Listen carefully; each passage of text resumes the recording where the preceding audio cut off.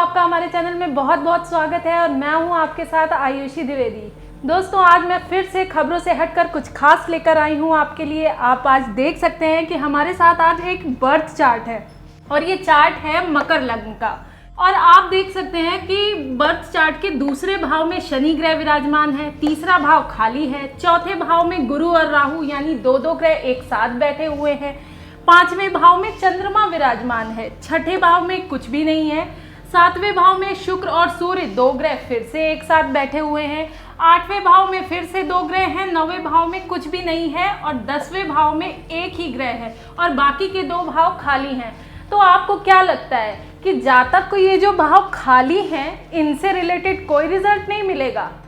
आज हम आपको यही समझाने आए हैं। देखिए, हर ग्रह की अपनी अपनी दृष्टियां होती हैं।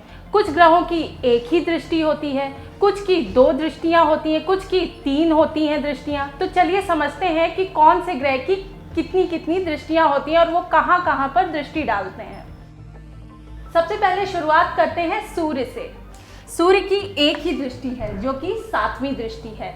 ठीक है, इस बर्थ चार्ट में सूर्य सप्तम भाव में विराजमान है। तो 7वीं दृष्टि होने का मतलब ये अपने से जस्ट सामने वाले भाव को देखेगा और परिणाम स्वरूप ये उससे रिलेटेड भी रिजल्ट देगा। तो अब हम ये देखते हैं कि कैसे काउंट करते हैं कि वो उसकी 7वीं दृष्टि कहाँ पर जा रही है। 1 2 3 4 5 6 7, ये हो गया 7वां, सूर्य से 7वां। अब चंद्र पर आ जाते हैं। चंद्रमा की भी एक ही दृष्टि है जो कि 7वीं दृष्टि है, यानी ये भी अपने से सामने वाले भाव को देखेगा। 1 2 3 4 5 6 7, हमें उस भाव को भी काउंट करना होता है जिस पर ग्रह विराजमान होता है। यानी ये चंद्रमा आय भाव को देख रहा है तो इससे आय से रिलेटेड भी रिजल्ट देगा। अब हम आ जाते हैं कुंडली के तीसरे ग्रह यानी शुक्र पर। शुक्र की भी एक ही दृष्टि है। शुक्र यहाँ पर सप्तम भाव में विराजमान है तो यहाँ से 7वें भाव को देखेगा, यानी कि 7वां भाव होने का मतलब अपने से जस्ट सामने। और शुक्र की एक विशेषता हम ये भी बता दें कि शुक्र जहाँ पर बैठते हैं उससे अगले भाव को अच्छा कर देते हैं, उससे अगले भाव के प्रभावों में वृद्धि कर देते हैं। तो ये हो गई शुक्र की बात। अब आ जाते हैं गुरुदेव बृहस्पति पर। गुरुदेव बृहस्पति की 3 दृष्टियां हैं। जी हाँ, 5वीं 7वीं और 9वीं। आप देख सकते हैं कि इस लग्न चार्ट में गुरुदेव बृहस्पति चौथे भाव में विराजमान है। तो चौथे भाव से 5वीं दृष्टि ऐसे देखेंगे 1 2 3 4 5, यानी कि ये इस जातक के आयु भाव को देख रहा है। अब आ जाते हैं इसके 7वें भाव पर। ये इसके कार्यक्षेत्र को भी देख रहा है। 7वें, उसके बाद बात कर लेते हैं इससे 9वें, 7 8 9, यानी कि ये इसके 12वें भाव को भी देख रहा है। तो परिणाम स्वरूप उससे रिलेटेड रिजल्ट्स भी देगा। अब बात कर लेते हैं मंगल ग्रह की। इसकी भी 3 दृष्टियां हैं, चौथी 7वीं और 8वीं। मंगल ग्रह इस लग्न चार्ट में अष्टम भाव में विराजमान है। अब यहाँ से हम चौथा भाव काउंट करते हैं 1 2 3 4, यानी कि मंगल भी इस जातक के आय भाव को देख रहा है।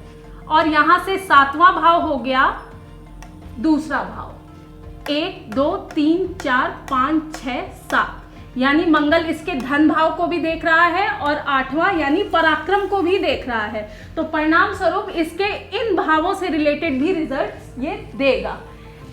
अब बात कर लेते हैं शनिदेव की। शनिदेव की भी 3 दृष्टियां हैं, तीसरी 7वीं और 10वीं दृष्टि। अब इस लग्न चार्ट में शनिदेव कुंडली के दूसरे भाव में विराजमान है। तो तीसरी दृष्टि होने का मतलब 1 2 3, शनिदेव इसके चौथे भाव से रिलेटेड भी रिजल्ट देंगे और गुरु और राहु भी इसके चौथे भाव के रिजल्ट देंगे। साथ ही शनिदेव भी इसके चौथे भाव से रिलेटेड रिजल्ट्स देंगे, यानी कि जातक को अपने ग्रह स्थान से दूर करेंगे। चौथा भाव माता का घर होता है और ये कुटुंब है। तो दोनों जगह, एक जगह शनिदेव खुद ही विराजमान है, दूसरी जगह शनिदेव दृष्टि डाल रहे हैं, तो इस जातक को घर से दूर करेंगे। अब बात कर लेते हैं शनिदेव के तीसरे भाव की। बात हो गई 7वें भाव, यानी शनिदेव इसके आयु भाव को देख रहे हैं तो इससे रिलेटेड भी रिजल्ट देंगे। अब 10वीं दृष्टि शनिदेव की 1 2 3 4 5 6 7 8 9 10। शनिदेव इस जातक के आय भाव को देख रहे हैं तो इसकी आय से रिलेटेड भी रिजल्ट देंगे। अब एक बात गौर करने वाली है कि इस जातक के आय भाव को कितने लोग देख रहे हैं, यानी कि कितने ग्रह देख रहे हैं। चंद्रमा भी इसके आय भाव को देख रहा है, शनिदेव जो कि लग्नेश हैं वो भी इसके आय भाव को देख रहे हैं और धन भाव के भी स्वामी हैं, धन भाव में भी विराजमान हैं और आय भाव को भी देख रहे हैं। मंगल भी इसके आय भाव को देख रहे हैं। अब इसका मतलब इसका आय भाव बहुत ही ज्यादा अच्छा है क्योंकि एक से ज्यादा ग्रह इसके आय भाव को देख रहे हैं। अब बात कर लेते हैं राहु और केतु की। राहु और केतु की भी 5वीं 7वीं और 9वीं दृष्टि होती है। राहु जो कि चौथे भाव में विराजमान है, यहाँ से 5वीं 1 2 3 4 5 यानी कि इसके आयु भाव को देख रहे हैं। 6 7 कार्य क्षेत्र को देख रहे हैं। 8 9 विदेश यात्रा, शयन सुख, इन भावों को भी देख रहे हैं। अब आ जाते हैं केतु पर। केतु 5वीं दृष्टि से इसके धन भाव को देख रहे हैं, 7वीं दृष्टि से इसके सुख भाव को देख रहे हैं और 9वीं दृष्टि से इसके रोग रिपु ऋण भाव को देख रहे हैं। तो इस तरह जिन भावों में ग्रह नहीं भी हैं उनसे रिलेटेड फल भी इस जातक को मिलेंगे। तो ये बात हो गई ग्रहों की दृष्टियों की। तो आपको हम बता दें कि जब ग्रह जहां पर बैठते हैं उसके रिजल्ट्स तो देते ही हैं, साथ ही वो जहां पर दृष्टि डालते हैं उससे रिलेटेड रिजल्ट्स भी देते हैं। दोस्तों, आपको हमारी ये जानकारी कैसी लगी हमें कमेंट करके जरूर बताएं और अभी के लिए हमें दीजिए इजाजत।